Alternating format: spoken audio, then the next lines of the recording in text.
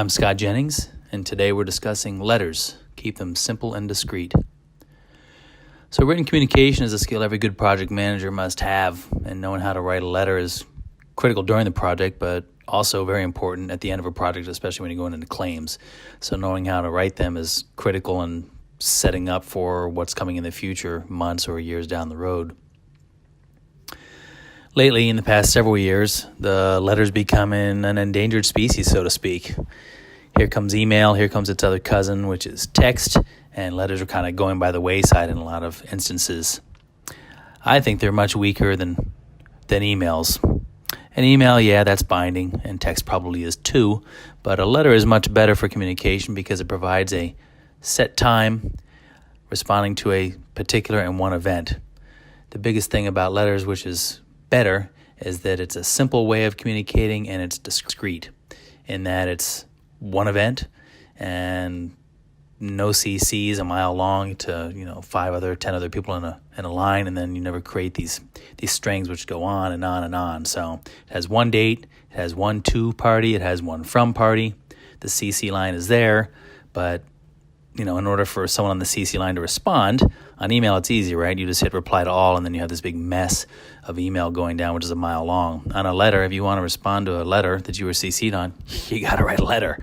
So, in writing a letter, the basics of a letter are the date, the to, from, party, the subject, the project name, the greeting, Dear Richard or gentleman or Mr. Smith, something like that, a body and a closing, and then a CC and enclosure line.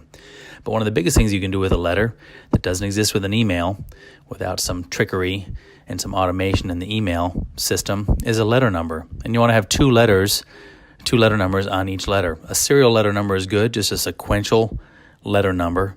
And the second number on there would be a from and to party numbering system. So the serial letter is just a sequential number. For example, this is the sixth letter on the job, so it's serial letter number 6, and the number of my letter is ABC/XYZ-002, writing from me, ABC Construction, to XYZ Owner -002 is the second letter my company has written, XYZ Company, or the owner. Sixth letter on the job, second letter that we've actually written to this particular party.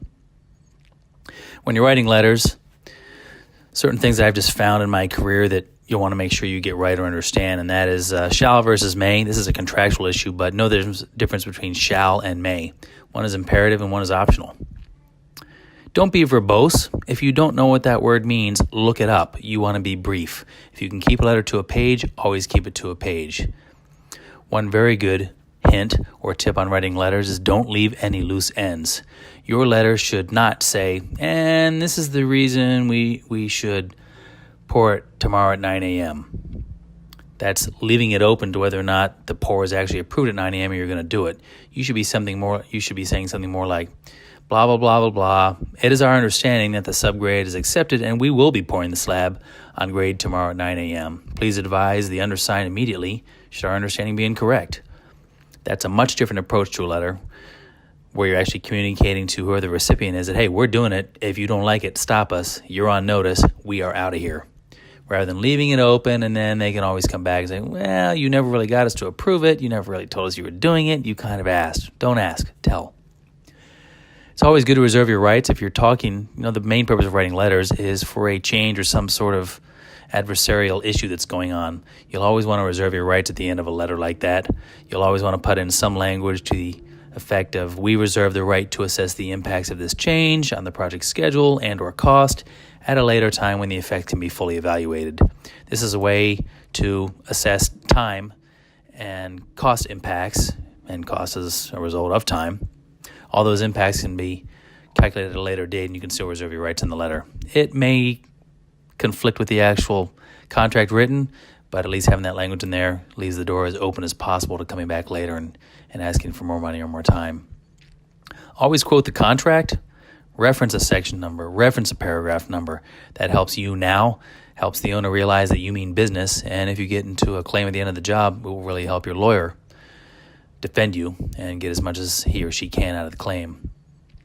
Lastly, the contract. A lot of project managers feel as if the contract is something they shouldn't go into and shouldn't look at because it's against them. Not always the case. The contract can oftentimes be your friend. Quote the contract. Use the contract for yourself and against the client. Lastly, my story. I've written hundreds of letters and been involved in way too many claims. Sticking to letters and using contract references is a clear way of communicating. And in the case of a claim, it's going to mitigate the attorney's cost of support. Be clear in your communication. Don't be afraid to repeat the same words in a letter. I do that a lot. I'll say the same thing in one sentence, then I'll repeat it again in another. You want to be crystal clear to the fact where you're practically insulting the client, or the reader of the letter with how clear you're being and even repeating yourself. That's it for today. Work safe.